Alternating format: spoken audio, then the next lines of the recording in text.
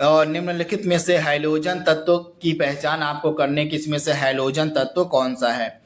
तो right answer क्या हो जाएगा, उपर्युक्त सभी, यानी कि ऑप्शन डी, फ्लोरीन, क्लोरीन और ब्रोमीन, ये सभी आपके हैलोजन तत्व हैं। तो ये फैक्ट आप याद रखिएगा, ऑप्शन आपका डी वाला बिल्कुल सही हो जाएगा। डिटेल आप देख सकते हैं, आवर्त सारणी में पी ब्लॉक के 17वें वर्ग में स्थित तत्वों को हैलोजन कहा जाता है। उदाहरण क्या हो जाएगा, फ्लोरीन, क्लोरीन, ब्रोमीन, आयोडीन और एस्टेटिन, ये सभी आपके हैलोजन परिवार के सदस्य होते हैं। ये जो तत्व होते हैं ये स्वतंत्र अवस्था में नहीं पाए जाते हैं, प्रकृति में ये जो है स्वतंत्र अवस्था में नहीं पाए जाते हैं, ये फैक्ट आपको याद रखना है। इनकी खासियत को आइए देख लेते हैं। तो जो फ्लोरीन होता है, मतलब जो आपकी यहाँ पे, एक सेकेंड, तो जो फ्लोरीन व क्लोरीन होता है ये दोनों आपके गैसीय अवस्था में पाई जाती हैं। फ्लोरीन और क्लोरीन ये दोनों आपके गैसीय अवस्था में पाए जाते हैं। इसके अलावा जो ब्रोमीन होता है, ब्रोमीन की खासियत क्या होती है, जो ब्रोमीन होता है यह आपका द्रवित अवस्था में पाया जाता है, ब्रोमीन द्रवित अवस्था में। इसके अलावा जो आयोडीन होता है यह ठोस अवस्था में पाया जाता है। तो ये फैक्ट आप याद रखिएगा। वहीं जो एस्टेटिन होता है यह एक रेडियो एक्टिव तत्व होता है। तो सारे फैक्ट आपको याद रखना है। अगला प्रश्न है, अगला प्रश्न आपके सामने है, निम्न में से क्षारीय मृदा धातु कौन सी है। इसमें से क्षारीय मृदा धातु की आपको पहचान करनी है। तो तीनों ही आपके क्षारीय मृदा धातुएं हैं, बेरिलियम, मैग्नीशियम और स्ट्रॉन्शियम, ये तीनों आपके क्या हैं, तो क्षारीय मृदा धातुएं हैं। तो इनके बारे में आपको याद रखना है। यहाँ पे डिटेल आप देख सकते हैं। क्षारीय मृदा धातुएं जो हैं आवर्त सारणी के समूह 2 में स्थित धातुएं होती हैं।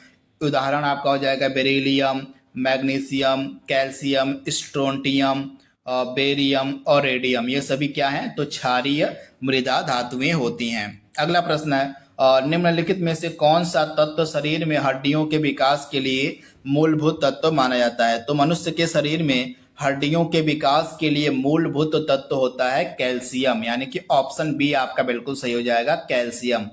प्रोड्यूसर गैस इसमें से कौन सी है। तो प्रोड्यूसर गैस आपकी होती है कार्बन डाइऑक्साइड प्लस नाइट्रोजन। ये फैक्ट आप याद रखिएगा, कार्बन डाइऑक्साइड प्लस नाइट्रोजन का जो मिश्रण होता है इसको हम कहते हैं प्रोड्यूसर गैस, यानी कि ऑप्शन आपका बी यहाँ पे बिल्कुल सही हो जाएगा। इसके बारे में आपको याद रखना है, इंपॉर्टेंट है।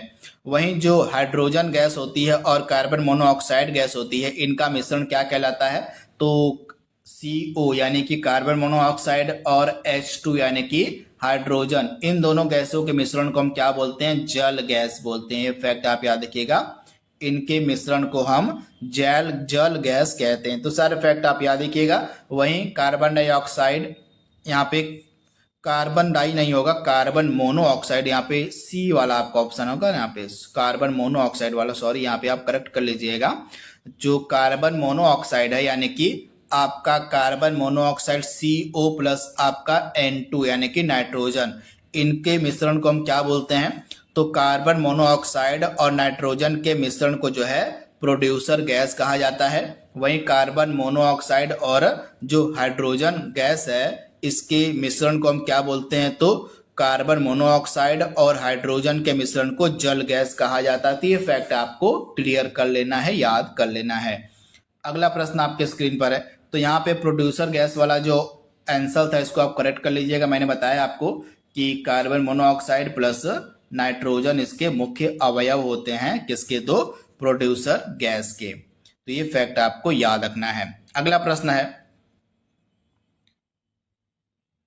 निम्न में से किसे जो है भविष्य का ईंधन कहा जाता है। तो हाइड्रोजन को जो है भविष्य का ईंधन कहा जाता है, ऑप्शन बी। परमाणु की सबसे बाहरी संख्या में अधिकतम कितने इलेक्ट्रॉन रह सकते हैं।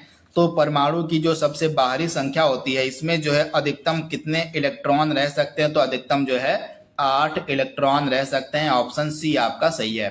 अगला प्रश्न है, परमाणु किससे मिलकर बना होता है।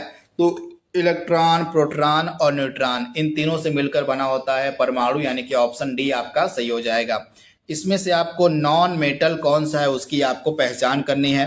तो काफी सिंपल सा प्रश्न है, राइट आंसर आपका हो जाएगा दिए गए ऑप्शन में से कार्बन आपका नॉन मेटल है, बाकी सोना, चांदी, तांबा, लोहा, सोडियम, पोटेशियम, ये सभी आपके धातुएं होते हैं, यानी कि मेटल होते हैं। तो ये फैक्ट आप याद रखिएगा। लेकिन कार्बन डाइऑक्साइड के अलावा आप याद कर लीजिएगा ऑक्सीजन, आयोडीन, हाइड्रोजन, ये सभी आपके नॉन मेटल यानी कि अधातुएं होती हैं। तो सारे फैक्ट आपको याद रखना है।